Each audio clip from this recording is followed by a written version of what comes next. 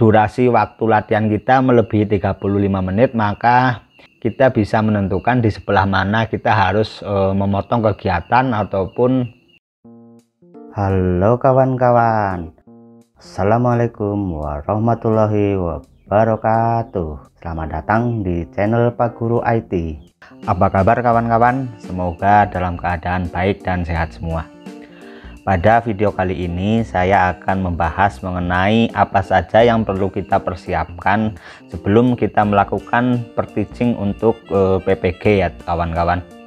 Di sini nanti saya akan sampaikan bahwa ada 10 persiapan yang bisa kita lakukan agar per-teaching kita bisa maksimal. Baik itu saat kita melakukan per-teaching ataupun hasil video per-teaching kita bisa maksimal. Sebelum masuk ke pembahasan, bagi kawan-kawan yang baru mengunjungi channel saya atau bagi kawan-kawan yang belum subscribe channel saya, ayo dukung channel saya dengan cara subscribe dan nyalakan tombol lonceng notifikasinya agar mendapatkan notifikasi video terbaru dari saya lainnya.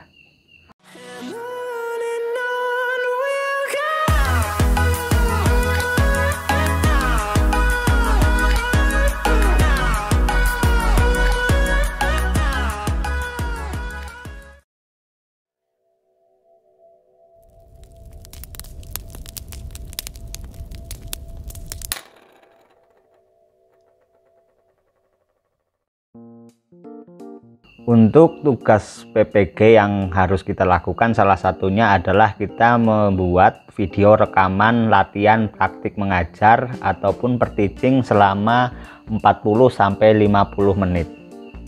Jadi nanti kita ada aktivitas melakukan per-teaching atau praktik mengajar dengan rekan sejawat.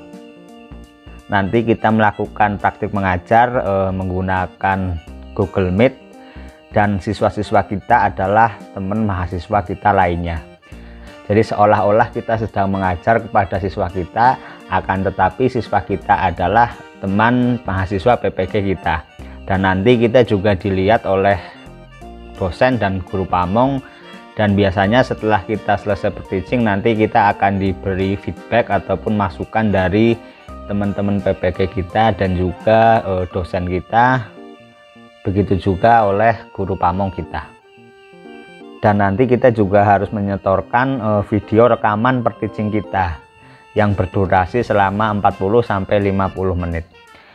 Dan seperti di prolog tadi bahwa video kali ini saya akan menjelaskan 10 hal yang bisa kita siapkan sebelum kita lakukan per-teaching ataupun praktek mengajar, sehingga nanti saat kita melakukan per-teaching hasilnya akan maksimal, dan juga hasil video yang nanti kita setorkan juga bisa maksimal.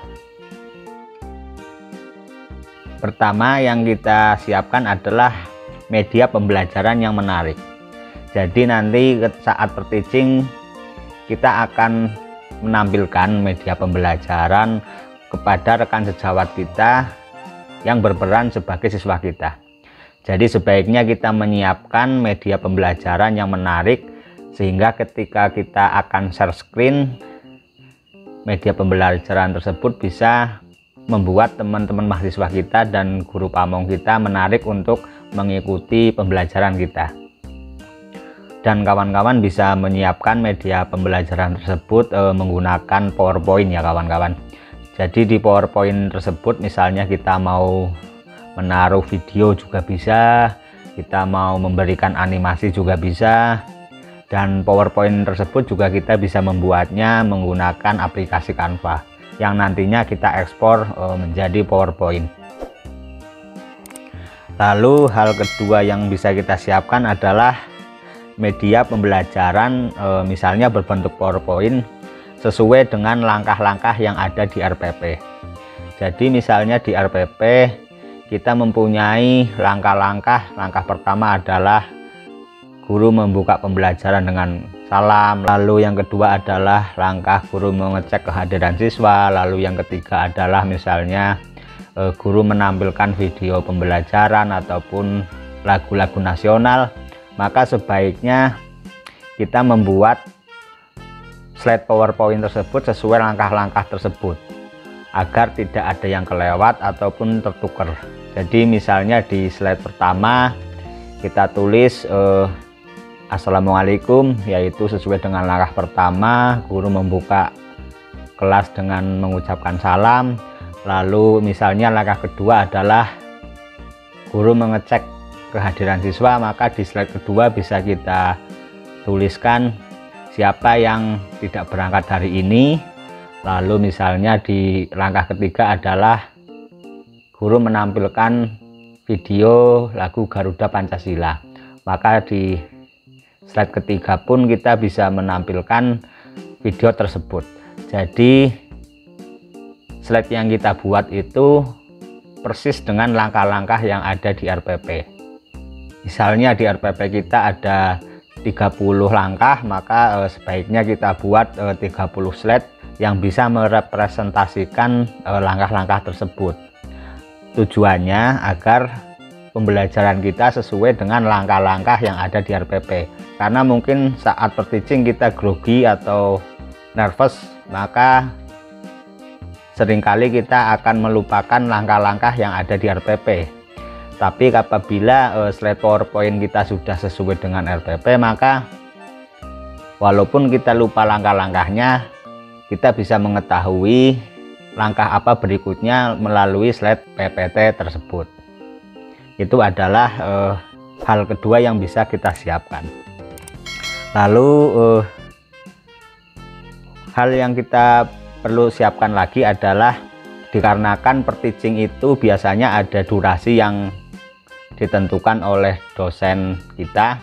Misalnya dosen kita membuat durasi 30 menit ataupun 40 menit, maka sebaiknya video yang berada pada media pembelajaran kita, misalnya berada pada PowerPoint, kita bisa memotongnya agar tidak terlalu lama nanti per-teaching kita.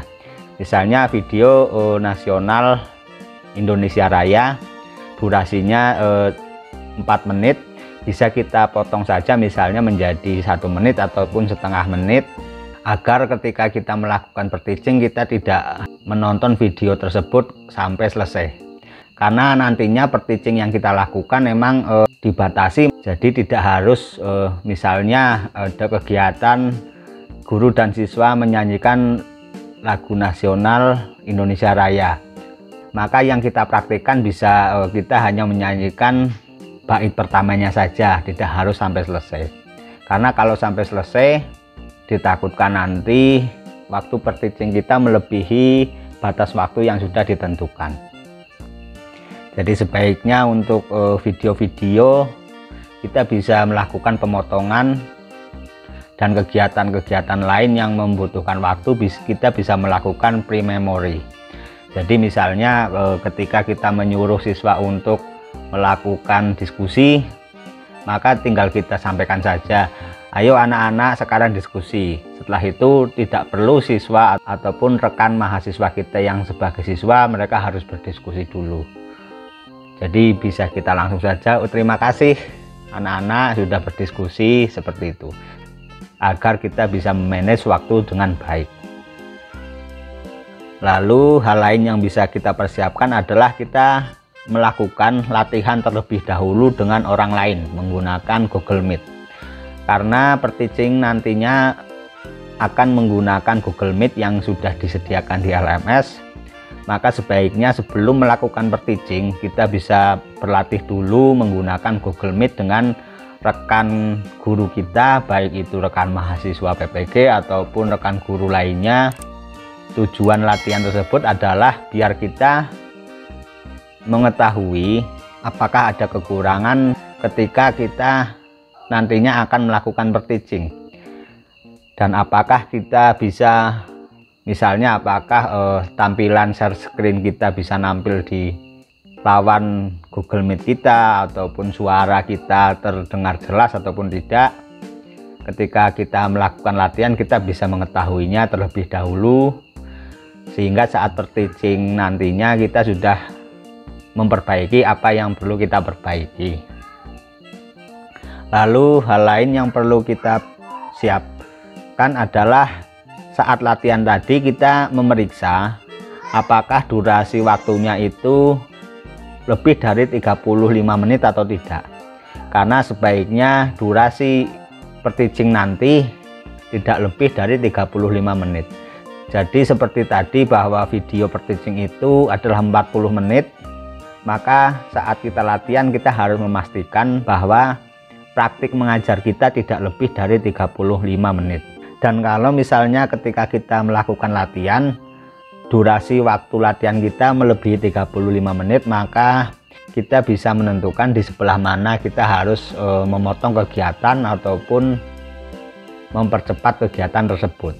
Misalnya kalau kita menampilkan video pembelajaran, kita bisa memotong lagi video tersebut agar tidak terlalu lama, ataupun ketika kita melakukan tanya jawab, maka kita bisa mempercepat kegiatan tanya jawab tersebut ataupun mengurangi pertanyaan-pertanyaan yang kita lontarkan kepada siswa-siswa kita. Jadi salah satu fungsi dari latihan sebelum kita praktek teaching adalah kita juga bisa mengetahui durasi waktunya berapa. Selanjutnya, setelah latihan kita juga meminta masukan dari rekan yang kita ajak latihan.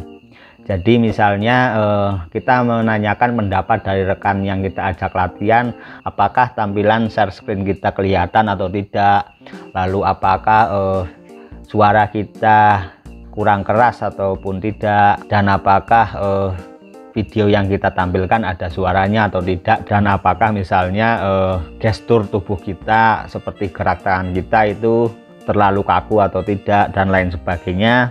Kita bisa meminta masukan dari rekan yang kita ajak latihan tadi, sehingga nanti ketika kita per-teaching kita sudah memperbaiki apa-apa yang menurut kita ataupun menurut rekan kita ada yang kurang saat kita latihan. Selanjutnya, sebelum kita melakukan per-teaching juga kita sebaiknya mengkondisikan rekan mahasiswa yang berperan sebagai siswa. Karena per-teaching nantinya rekan mahasiswa kita yang berperan sebagai siswa, maka sebaiknya sebelum kita melakukan per-teaching kita mengkondisikan dulu kepada rekan-rekan kita, agar misalnya nanti ketika kita melakukan apa, mereka harus seperti apa, ataupun ketika kita menyuruh apa, mereka harus seperti apa, agar nanti rangsangan pembelajaran kita bisa maksimal. Jadi misalnya kita bisa kasih bocoran dulu kepada rekan mahasiswa kita, kalau nanti kita akan bertanya apa, maka siapa menjawab apa, siapa menjawab apa, agar nanti taktik per-teaching kita bisa maksimal. Selanjutnya, kita juga sebaiknya menyiapkan aplikasi untuk rekam layar. Karena untuk per-teaching ini nanti kita akan menyetorkan juga untuk video rekamannya, maka sebaiknya kita mempersiapkan untuk merekam layar. Sebenarnya untuk per-teaching ini nantinya biasanya sudah ada dari admin LPTK yang melakukan rekam layar, tetapi tidak ada salahnya juga kita merekam layar sendiri untuk backupan apabila terjadi hal-hal yang tidak kita inginkan dari rekaman yang dari admin LPTK. Selanjutnya hal ke-8 yang perlu kita siapkan adalah kita sebaiknya mencetak RPP dan perangkatnya, karena saat per-teaching selesai biasanya kita akan diberi masukan ataupun akan ada pertanyaan dari rekan sejawat kita ataupun dari dosen dan guru pamong, sehingga ketika kita ditanya kita bisa langsung melihat dari RPP yang sudah kita cetak. Kita sudah tidak lagi membuka RPP yang ada di komputer. Jadi menurut saya untuk RPP dan seperangkatnya seperti LKPD, media pembelajaran, lembar evaluasi dan lain sebagainya kita cetak juga untuk persiapan apabila ada pertanyaan yang berhubungan dengan perangkat tersebut. Dan hal terakhir yang bisa kita siapkan adalah nantinya kita setelah mendapatkan video rekaman, kita harus mengeditnya untuk memberi seperti intro ataupun pembuka, dan juga kita bisa mengedit video tersebut untuk memberikan keterangan sintak-sintak ataupun langkah-langkah sesuai di RPP. Jadi misalnya di RPP kita ada langkah pertama adalah guru membuka salam, dan di video itu kita kasih keterangan saat kita mengucapkan salam, kita kasih keterangan di bawahnya guru membuka kelas dengan mengucapkan salam. Dan begitupun untuk langkah-langkah lainnya, kita bisa memberikan keterangan di video per teaching yang akan kita setorkan nanti. Jadi seperti itu kawan-kawan, 10 hal yang bisa kita siapkan sebelum kita melakukan praktek mengajar agar per teaching kita nantinya bisa maksimal. Saya kira cukup sekian video kali ini dari saya. Bagi kawan-kawan yang belum subscribe channel saya, mari dukung channel saya dengan cara subscribe dan nyalakan tombol lonceng notifikasinya agar mendapatkan notifikasi video terbaru dari saya lainnya. Terima kasih, semoga video kali ini bermanfaat. Sampai jumpa di video lainnya. Assalamualaikum warahmatullahi wabarakatuh.